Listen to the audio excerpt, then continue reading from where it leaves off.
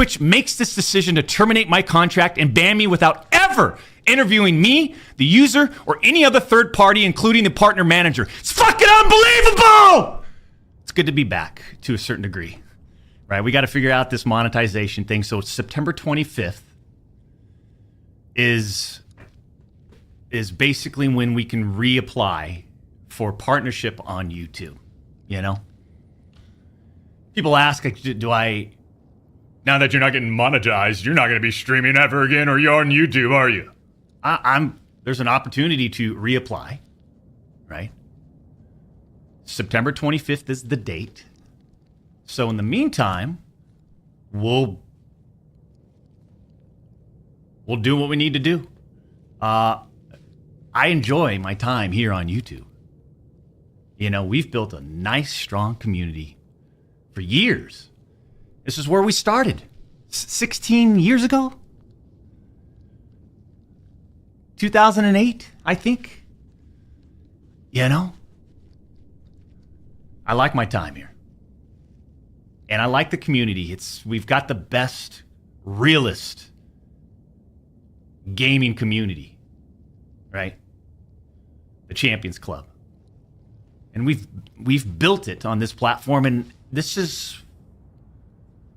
if there's an opportunity to reapply for partnership, and there's a date that's been presented to us, then I'm going to take it. In the meantime, like we always done, we've always stayed in our lane. We'll stay in our lane and continue to just put on a show. You know? For almost 4 years, champs, the public demanded to hear from the doc regarding the Twitch suspension. I guess since you all missed the point with my personal statement, maybe it's time to tell my side of the story. Huh, champs?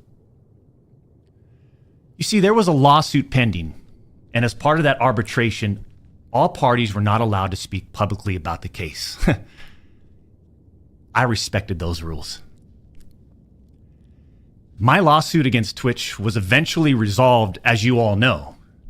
But even then, as part of the settlement, all parties were still prohibited from speaking publicly about the case or the settlement. However, if one side violated that confidentiality, then the other side could respond.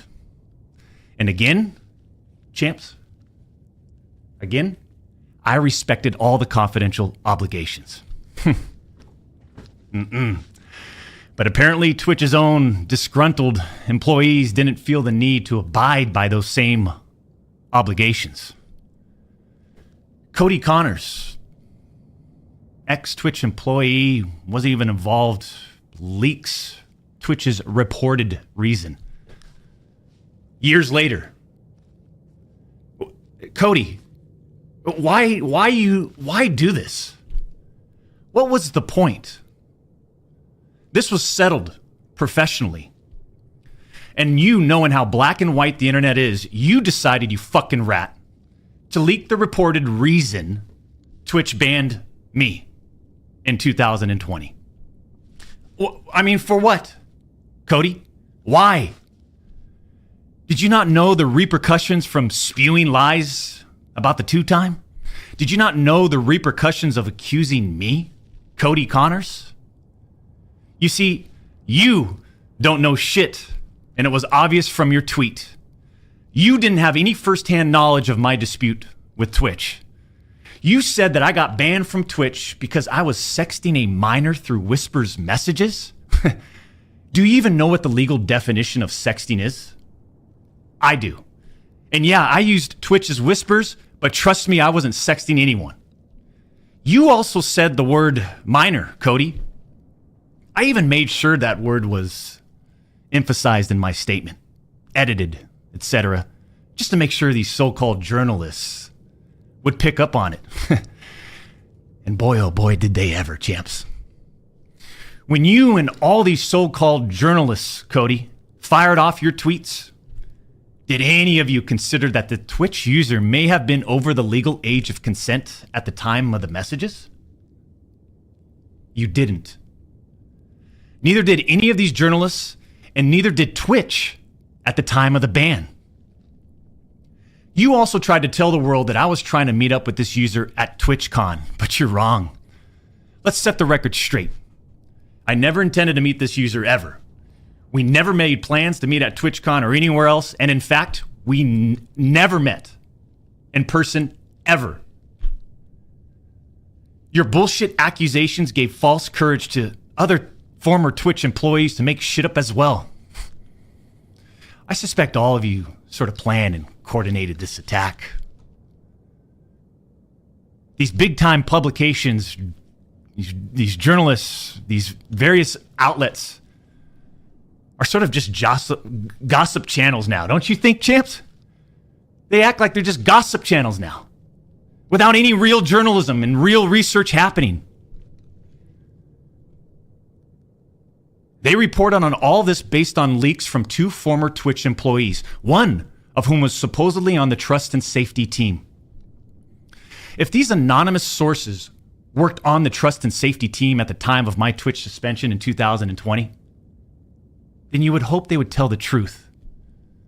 But apparently that's just too much to ask. If these former trust and safety team members, and by the way, I know exactly who they are, actually had firsthand knowledge, then what they conveniently left out is, 1, Twitch's trust and safety team, the same employees that decided to ban me, internally admitted that the whisper messages were not sexting.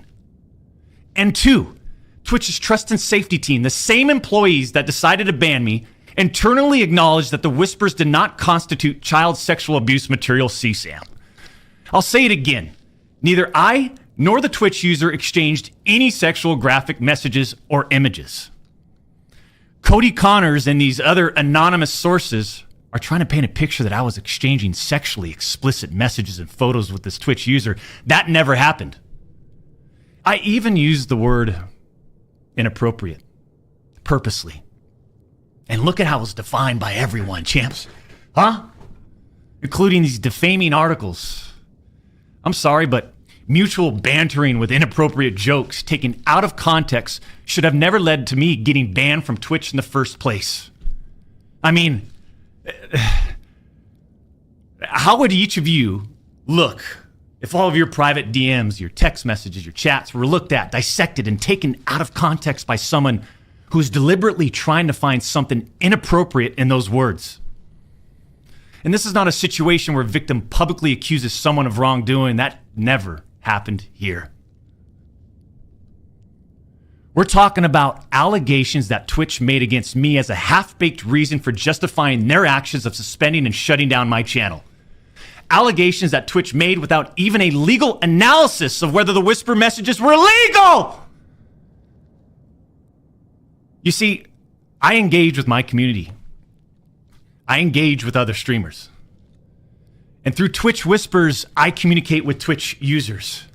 Conversations that consisted of a variety of playing games and gaming politics, content creation, random stuff. This was the extent of my whispers with this Twitch user. On June 21st, 2020, my ex-Twitch partner manager learns that I exchanged whispers with the Twitch user. And I say ex-partner manager because for years, this guy didn't do anything for me, my community, or my channel. For years. I'm talking no front page love. You're talking about the face of the platform, right? Literally. The face of the platform. And I know Champions Club remembers this. We got zero front page love on the website. He was never on my channel. He didn't follow me on Twitter. He wouldn't even inform us about Twitch rival tournaments. We're talking about the 2-time Twitch rival tournament. Oh, I'm sorry. Would you want to play in it? We got zero support from this guy. And it was just so obvious that he carried a grudge against the 2-time. So after we signed with Twitch in 2019, we asked for a new partner manager. And just a few months later, that ex-Twitch partner manager is directly involved with getting me banned. Coincidence?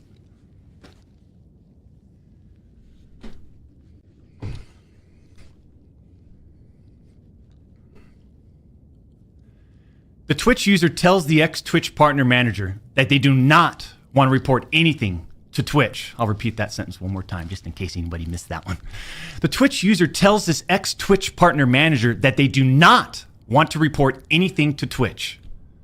But this ex-Twitch partner manager encourages the user and even directs them to file a report directly with Twitch, even though the user told him clearly that we never physically met anywhere and that no photographs were exchanged. On June 24th, 2020, Twitch's special operations team receives and reviews the user's report. They find no issues and determine that it did not warrant any further escalation to Twitch's law enforcement response team.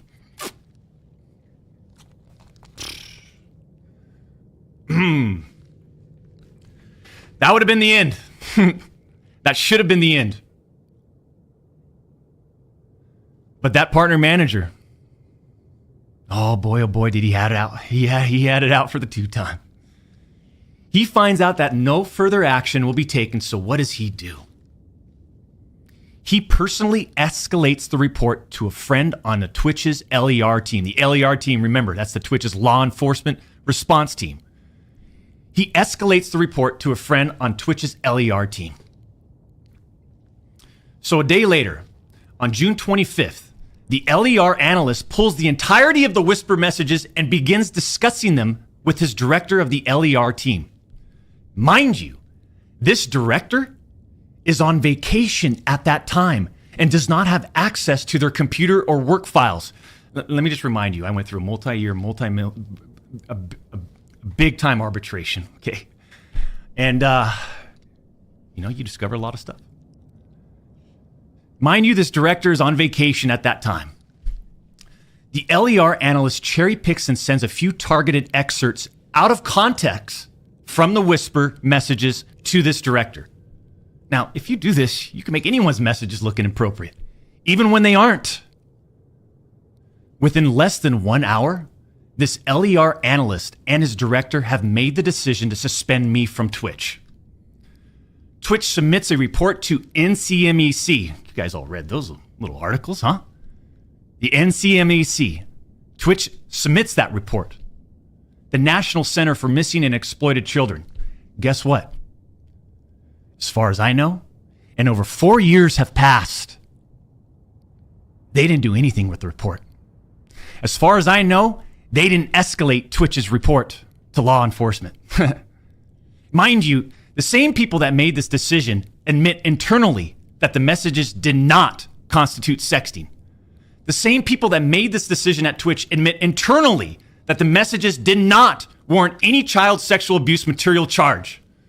Twitch makes this decision to terminate my contract and ban me while admitted they did not perform any legal analysis of whether the messages exchanged were illegal in any way. Twitch makes this decision to terminate my contract and ban me while admitting that they never investigated the age of consent in the jurisdiction where the user's messages were sent and received.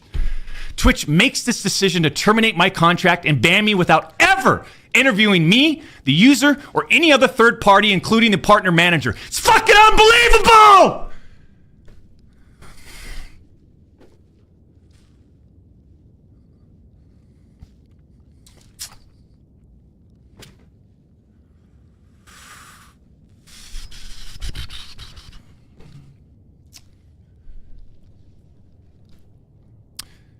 I'm not going to get into every detail regarding my legal case, but these former Twitch employees that claim to have firsthand knowledge, they just don't have a clue. They didn't report any facts. The judge in the case determined that the whispers were not illegal. So then why did Twitch use these messages against me? Why did Twitch treat the doc so differently from their other streamers? I mean, outside of the obvious. I mean, just take a look at me. Right? Unfiltered. The realest motherfucker in this industry. 6'8", gorgeous, athletic, successful, college degree, college athlete, bourbon business, gaming studio, beautiful family. And trust